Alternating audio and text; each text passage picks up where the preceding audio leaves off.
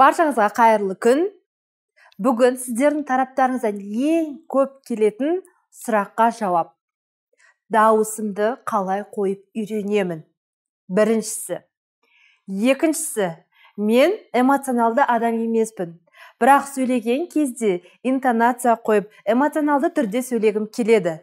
Осыны қалай үйренсем болады? Осы екі сұрақ ең көп келетін сұрақ және орынды сұрақ деп айтқым келеді. Себебі тыңдаушы үшін сіздің сырт келбетіңіз, іс-қимылыңыздан бөлек дауысыңыз өте маңызды. Әрбір айтып жатқан ақпаратты өзінің дәрежесіндегі эмоциямен айтып жеткізу керек.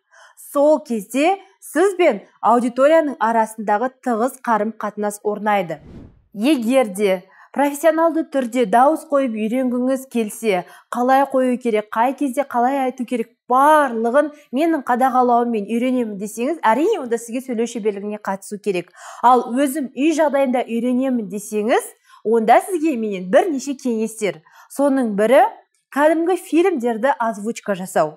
Сіз фильмді қарап аласыз, сол жердегі адамдардың дауыстарының барлығын қарайсыз, дауысын өшіріп қоясыз, яғни дауысын басып қоясыз да өзіңіз озвучка жасайсыз. Тура сол адамның дауысы сияқты. Бұл біріншіден сізге импровизация жасап үйренуге көмектеседі, екіншіден дауысыңызды қоюға көмектеседі. Екіншісі, эмоционалды түрде әрбір эмоцияға сай сөйлегім келеді. Дауысымды сондай интонацияға жеткізгім келеді. Не істеймін? Бұл жағдайда сізге мультфильмдарды озвучка жасау керек. Мультфильмдарды.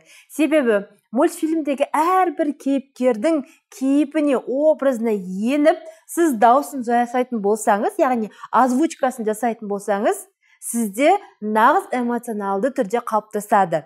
Неге? Себебі білесіздер, мультфильмдағы кейіпкерлер балаға түсінікті болу үшін, балаға қызық болу үшін әртүрлі эмоциямен, әртүрлі интонациямен айтылады. Соның барлығын қайталау арқылы сіз өзіңізге соны қалыптастыра аласыз. Бұл жерде де сізде импровизация жасауға көмектеседі. Яғни, бір оқпен екі қоянды айтасыз. Бір шетінен дауыс пен эмоционалды дауысты үйренесіз, екінші жағынан импровизацияны жасауды үйренесіз. Бұл айтылған кеңестер әрине үй жағдайында дауыс қойып үйрену.